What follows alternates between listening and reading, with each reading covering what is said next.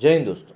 एक होती है इंसान की चेतना जो उसे बताती है कि भाई कौन सी चीज़ इस समय पे करना सही होगा या गलत होगा। मतलब जो हमको बताता है कि क्या सही है क्या गलत है, समय के हिसाब से क्या चीज़ औचित्य रहेगी क्या चीज़ गलत रहेगी। ये कुछ चीज़ें हैं जो हमें बताई जाती हैं। छत्तीसगढ़ में अभी जिस तरह से नक्सली हमला हुआ और जिसमें हमारे देश के जवान शहीद हुए हैं, उसको लेकर सभी के मन में थोड़ी बहुत तो मतलब एक सिंपैथी है कि यार जो हुआ है गलत हुआ है। राजनीति को थोड़ी देर के लिए साइड में हटा दें तो भी जो फ्रंट लाइन में जाकर हमारे जवान हमारे देश के लिए काम कर रहे होते हैं, उनका बार बार इस तरह के हादसों में शहीद होना कहीं से कहीं तक भी सही नहीं है। अब वहाँ इस चीज़ के लिए आप किस सरकार को दोषी ठहराते हैं, किसको नहीं ठहराते हैं, क्या आरोप प्रत्यारोप करते हैं, ये सब बात की बात है। लेकिन आपको सबसे पहले संवेदना रखनी होगी ऐसे हादसों के साथ, जिससे कि आप इन चीज़ों को समझ सकें कि आखिर ये चीज़ें इस हद तक पहुँच कैसे पाती हैं कि वो इतना बड़ा और विकराल रूप ले सके। क्योंकि कहीं ना कहीं किसी न किसी तरह का सपोर्ट तो इनको मिला ही रहता है नक्सलियों को, तभी बात इस हद तक पहुंच पाती है। वरना ये बातें इतनी तो कभी नहीं बढ़ पाती कि इतने बड़े हादसों को ये लोग अंजाम दे पाते। बहरहाल ये सभी चीज़ें अपनी जगह चल रही हैं। आरोप प्रत्यारोप का दौर भी चालू हो चुका है, जैसा कि राजनीति में होता है।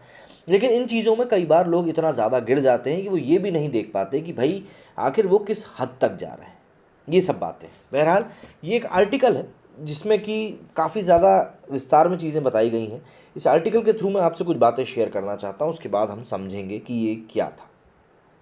छत्तीसगढ़ के बीजापुर में नक्सलियों ने घात लगाकर हमारे सुरक्षा बलों पर हमला किया, जिसमें 22 जवान। अच्छा देखिए, सब पहली बात तो ये कि कई लोग हैं जिनको इस बात से परेशानी है कि भाई मैं आर्टिकल के थ्रू आपको क्यों ये चीज़ समझाता हूँ। देखिए, आर्टिकल के थ्रू समझाना मुझे इसीलिए सही लगता है क्योंकि कुछ वेबसाइट से, जैसे कि ऑप इंडिया हो गए, ये लोग बहुत सटीक तरीके से एक तो पूरी जानकारी देते हैं, दूसरा टॉपिक से इधर उधर भटकने का भी हमको समय नहीं मिलता, सीधे सीधे तौर पे आप तक बात पहुंच जाती है और एक डिस्कशन हो जाता है जो कि एक आम जन की तरह होना चाहिए और आप तक वो बात पहुंच जाती है।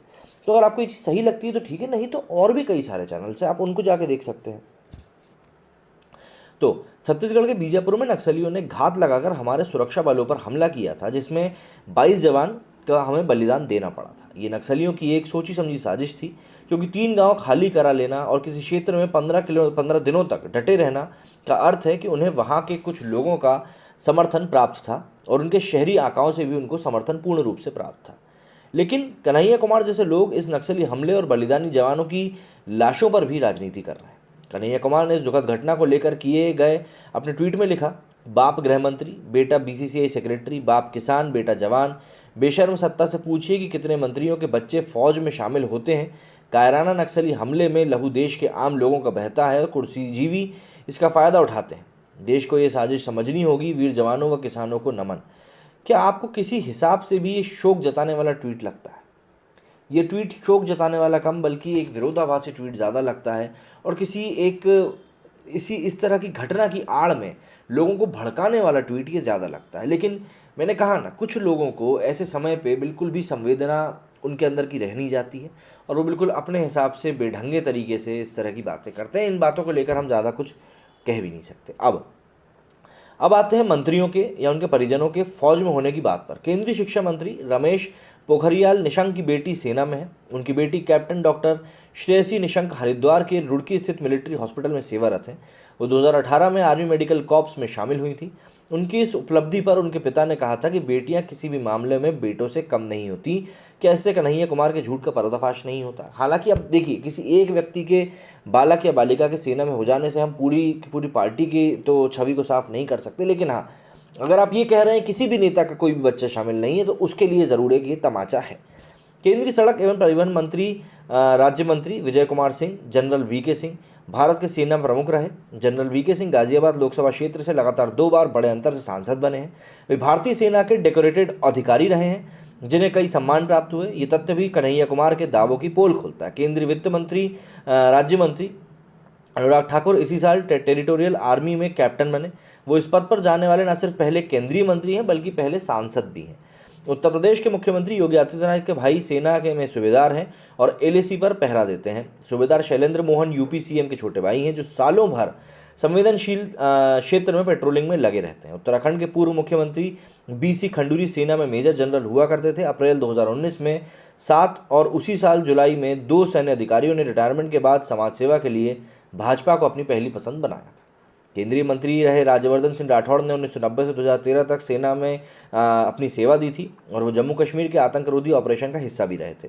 वो रिटायर्ड कर्नल हैं। जसवंत सिंह और जगतवीर सिंह जैसे अन्य सैन्य अधिकारियों ने राजनीतिक पारी के लिए भाजपा को पहली पसंद बनाया था। असली बात तो ये है कि वामपंथी नेता अक्सर सेनाओं को गाली देते हैं और फिर पूछते हैं कि तुम्हारे परिजन सेना में क्यों नहीं है। मतलब नेताओं को गाली देकर इस तरह की बातें की जाती हैं, लेकिन ऐसे समय पे ये लोग ये भूल जाते हैं कि संवेदनशीलता भी कोई चीज़ होती है। हालांकि ऐसे में जब कोई कन्हैया कुमार ये कह रहा होता है कि मोदी सरकार के मंत्रियों या उनके परिजन सेना में नहीं है, तो वो चाहता है कि आप जनरल वीके सिंह, कैप्टन श्रेयसी निशंक और कैप्टन अनुराग ठाकुर के बारे में ये सब ना जान पाएँ। ये लोग उस विचारधारा के समर्थक हैं जिनकी पुरेधा अरुंधति राय जैसे लोग करते हैं। अरुंधति रॉय ने एक अंतर्राष्ट्रीय मंच से खुलेआम कहा था कि भारतीय सेना अपने ही लोगों को मारती है, जबकि ऐसे लोग समाज सेवा के नाम पर सिर्फ इंग्लिश में कुछ पटर पटर कर देते हैं, एनजीओ के नाम पे कुछ पैसा बटोर लेते हैं और राम राम करते हैं। राम राम नहीं करते। आज जब ऐसे लोग घड़ियाली आंसू लेकर आ जाएं तो क्या इससे देशभक्त साबित हो जाएंगे? रवीश कुमार को दिए इंटरव्यू में इसी कन्हैया कुमार ने कहा था कि जिन आदिवासियों को नक्सली कहकर मारा जाता है वो निर्दोष और भोले भाले लोग होते हैं। जेएनयू में इसी कन्हैया कुमार के गैंग पर भारतीय सेना के अपमान का आरोप लगा था। आज ये खुद को जवानों का हितैषी बताकर पेश कर रहे हैं। और नक्सलियों ने जो हरकत करी है वो किस एंगल से मासूम लगते हैं, आप तो मुझे ये बताइए। घेर कर मारना, बहुत सही। अब आते हैं कन्हैया कुमार जैसों के इतिहास पर, जिससे पता चल जाता है कि सेना को लेकर बहाए गए इनके घड़ियालू आंसू हैं। जिस छत्तीसगढ़ में नक्सली हमला हुआ है उसी राज्य में अप्रैल 2010 में 76 सीआरपीएफ जवानों को नक्सलियों ने बेरहमी से मौत के घाट उतार दिया था। उसी राज्य में एक वरिष्ठ पुलिस अधिकारी ने कहा था कि इस घटना के बाद जेएनयू में जवानों की मौत का जश्न मनाया गया था, जिससे वो व्यथित हो गए थे। अधिकारी एसआरपी कल्लूरी हमले के समय उसी क्षेत्र में डीआईजी हुआ करते थे। उन्होंने याद दिलाया था कि किस तरह से कुछ तथाकथित लेखकों ने तब इस जघन्य वारदात को जनता की जीत बताया था। अप्रैल 2010 में जेएनयू में एबीवीपी और कांग्रेस के छात्र संघ एनएसयूआई दोनों ने ही वामपंथियों पर आरोप लगाया था कि उन्होंने जवानों की हत्या का जश्न मनाया था। बचाव में वामपंथियों ने कहा था कि वो बीएस ऑपरेशन ग्रीन हंट का विरोध कर रहे थे। नक्सलियों के खिलाफ ऑपरेशन चलाने का विरोध करने वाले ये नक्सली आज उन जवानों के हितैषी बन रहे हैं। तब एनएसयूआई के महासचिव रहे शेख शहनवाज ने बताया था कि डीएसयू मतलब डेमोक्रेटिक स्टूडेंट्स यूनियन और एआईएसए मतलब ऑल इंडिया स्टूडेंट्स यूनियन ने जवानों की हत्या का जश्न मनाया था। बता दें कि एआईएसए राजनीतिक दल, सीपीआई लिबरेशन का छात्र संघ है। कन्हैया कुमार सीपीआई के नेता हैं। फिर इसमें और प्रतिबंधित एसआईएमआई में क्या अंतर रह जाता है? जाहिर सी बात है। अब आते हैं भारत में वामपंथियों के इतिहास पर। याद कीजिए 2020 में भारत चीन के बीच संघर्ष में जब हमारे कई जवान वीरगति को प्राप्त हुए थे, तब इस चीन समर्थक वामपंथी दलों ने अपने बयान में कहीं भी चीन की निंदा नहीं की थी। 50 के दशक में तत्कालीन पीएम जवाहरलाल नेहरू तब चीन के साथ नज़दीकियां बढ़ा रहे थे। तब कांग्रेस में भी उनका विरोध हुआ था, लेकिन चीन ने तब तक सीपीआई से अपील की थी कि वो नेहरू का साथ दें।